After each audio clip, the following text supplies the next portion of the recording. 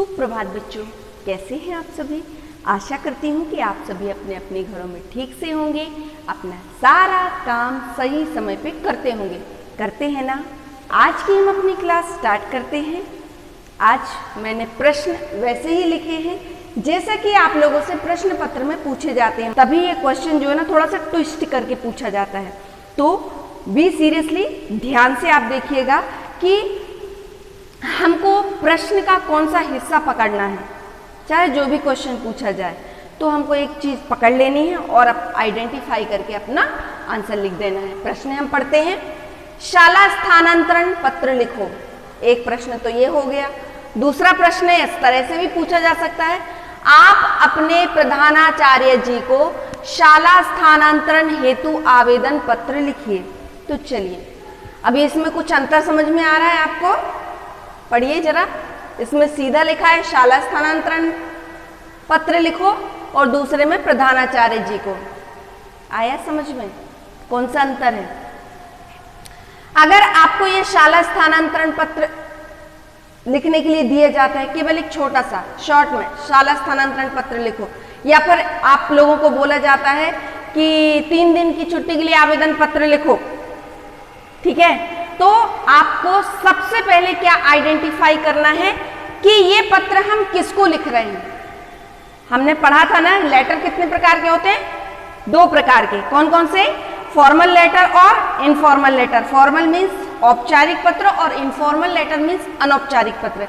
तो कोई भी क्वेश्चन पढ़कर आपको आइडेंटिफाई करना है यहां पर हमको कौन से प्रकार का पत्र लिखना है, ठीक है।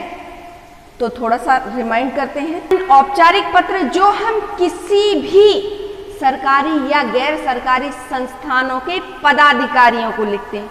पदाधिकारी मीन्स किसी का नाम नहीं, उस पद को हम लिखते हैं लेटर। उस पद पे चाहे कोई महिला बैठी हो या कोई पुरुष बैठा हो, हम उनका नाम नहीं लिखेंगे, हम केवल उस पद को लेटर लिखेंगे। तो हमको यहाँ पर पत्र लिखना है ट्रांसफर सर्टिफिकेट का। अब ये थोड़ा सा कॉमन सेंस की बात होती है। क्या होती है कि शाला से संबंधित, माना स्कूल से संबंधित डिसीजन है वो कौन लेता है? Principal sir. और क्लास से संबंधित डिसीजन कौन लेता है? Class teacher. तो चलिए अब हम फॉर्मेट याद करते हैं। 1 मिनट रुक के हम पहले औपचारिक पत्र का फॉर्मेट याद करते हैं। क्या था फॉर्मेट? सबसे ऊपर प्रेषक माना भेजने वाले का नाम होता है। प्रेषक माना जो भेज रहा है, मैं यहां भेज रही हूं तो मैं अपना नाम लिखूंगी। सबसे ऊपर होता है प्रेषक। प्रेषक का पहले नाम होता है, पता होता है, फिर दिनांक होती है। दूसरे नंबर पर होता है किसको भेजा जा रहा है, माना टू, प्रति, प्रिंसिपल सर, ठीक है। तो प्रधानाचार्य जी, उनको लिखेंगे हम, उनका पता, कहां पर वो कार्यरत हैं और किस जगह पर है। ओके, सबसे पहले प्रेषक, कॉमा लगाना कभी मत भूलेगा। प्रेषक माना फ्रॉम, यहां पर मैं लिख रही हूं तो आज बच्चों मैंने इसी तरीके से लिखा जैसे कि आप लिखेंगे। अंजना मिश्रा, मैंने यहाँ पर अपना नाम लिखा है, आपको यहाँ अपना नाम लिखना है। कहाँ पर पढ़ते हैं आप सभी? बिल्कुल सही, यहाँ पर हमें अपने स्कूल का नाम लिखना है, श्री PSD जैन विद्यालय यादगिर कर्नाटक। और बच्चों याद रखिए कि आपको अक्षर और मात्राएं स्पष्ट लिखनी है, एक दूसरे से अक्षर टच नहीं होनी चाहिए, मात्राएं स्पष्ट लगी रहनी चाहिए। तो इसका अभ्यास हमको निरंतर करना है। फिर दिनांक हमने लिखा, इतना तो बनता ही है। नेक्स्ट, प्रति। प्रति माना सेवा में, टू। अब किसको पत्र लिखना है? प्रश्न में ही दिया जाता है ना, तो बिना किसी संकोच के फट से हमने आइडेंटिफाई किया ये औपचारिक पत्र था और ये प्रधानाचार्य जी को लिखना है।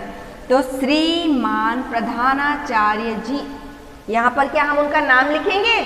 नहीं, हम उनका क्या लिखेंगे? डेजिग्नेशन, पद, ठीक है। श्रीमान प्रधानाचार्य जी। अगर यहाँ पर मैडम होती तो श्रीमती प्रधानाचार्य जी। ओके, नेक्स्ट, शाला, श्री PSD जैन विद्यालय यादगिर कर्नाटक। ये वाला पार्ट हमको ये यहीं से, क्योंकि हम वहीं के स्टूडेंट हैं जहाँ के ये टीचर हैं, हमने लिखा। चलिए अब हमारा तीसरा कौन सा पॉइंट था? हमारा तीसरा पॉइंट है विषय। यहाँ पर जो पर्पस हम लिखते हैं यानी जो कारण लिखते हैं वो हमको प्रश्न में ही दिया हुआ होता है। प्रश्न में दिया था ना कि शाला स्थानांतरण हेतु पत्र लिखो, तो हमने यहाँ पर पर्पस अपना लिखा विषय डैश शाला स्थानांतरण हेतु आवेदन पत्र, माना an application to transfer certificate. Next हम लिखते हैं संबोधन। संबोधन में बच्चों यहाँ पर महोदय जी या महोदया जी लिखेंगे, ठीक है। डिपेंड कि हमारे प्रिंसिपल मेल हैं तो महोदय जी लिखेंगे, अगर हमारे प्रिंसिपल मैडम हैं तो महोदया जी लिखेंगे, ठीक है। तो बस थोड़ी थोड़ी सी बातें आपको ध्यान रखनी है। नेक्स्ट लाइन से हमको एक लाइन छोड़ के फिर अगली लाइन से हमको लिखना है, और ये हमको एकदम सीरीज बाई यानी क्रमबद्ध लिखना है। हम डायरेक्ट अपनी बात स्टार्ट करेंगे, जैसा कि हमने 3 दिन की छुट्टी के लिए आवेदन पत्र में देखा था, हमने लिखा था ना। विनम्र निवेदन है कि मेरे पिताजी का स्थानांतरण, स्थानांतरण माना ट्रांसफर, अन्य जगह अदर प्लेस, ओके।